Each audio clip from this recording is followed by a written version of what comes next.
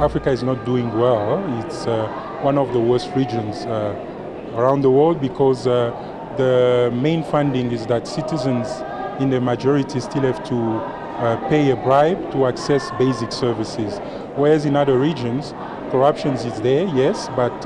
in less visible ways, and it happens at different levels than those that affect the daily lives of citizens. Well, there's a number of conditions, or I would say an enabling environment, but the key ones I could highlight is firstly the lack of leadership and political will to really turn the tide against corruption, because it cannot just happen because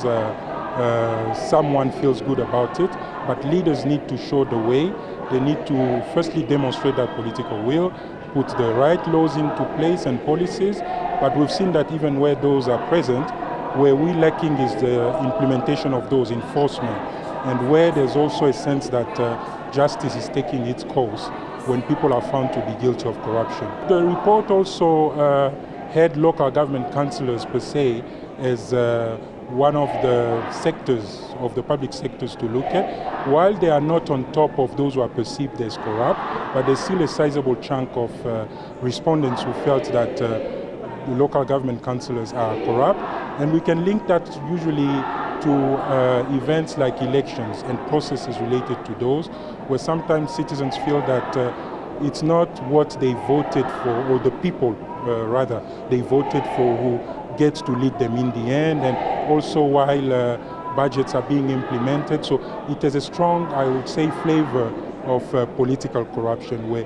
manipulation of policies and laws and abuse of those for private gain. Our coming here as TI, it was our first time, was really to raise awareness and to say this issue is there, as much as people do not always like to talk about corruption, but it is there and it affects us, and including local government.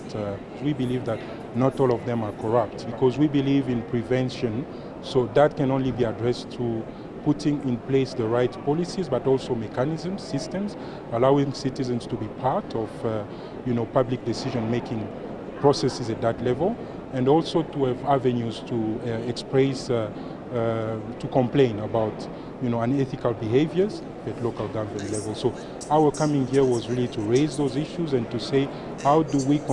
start and continue a dialogue which will see to it that you as local government,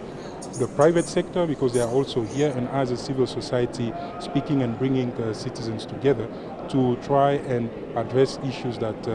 are related to corruption. How do we fight those? Because those cannot be addressed overnight, but it really takes a systemic approach to it, because the issues are also deeply rooted.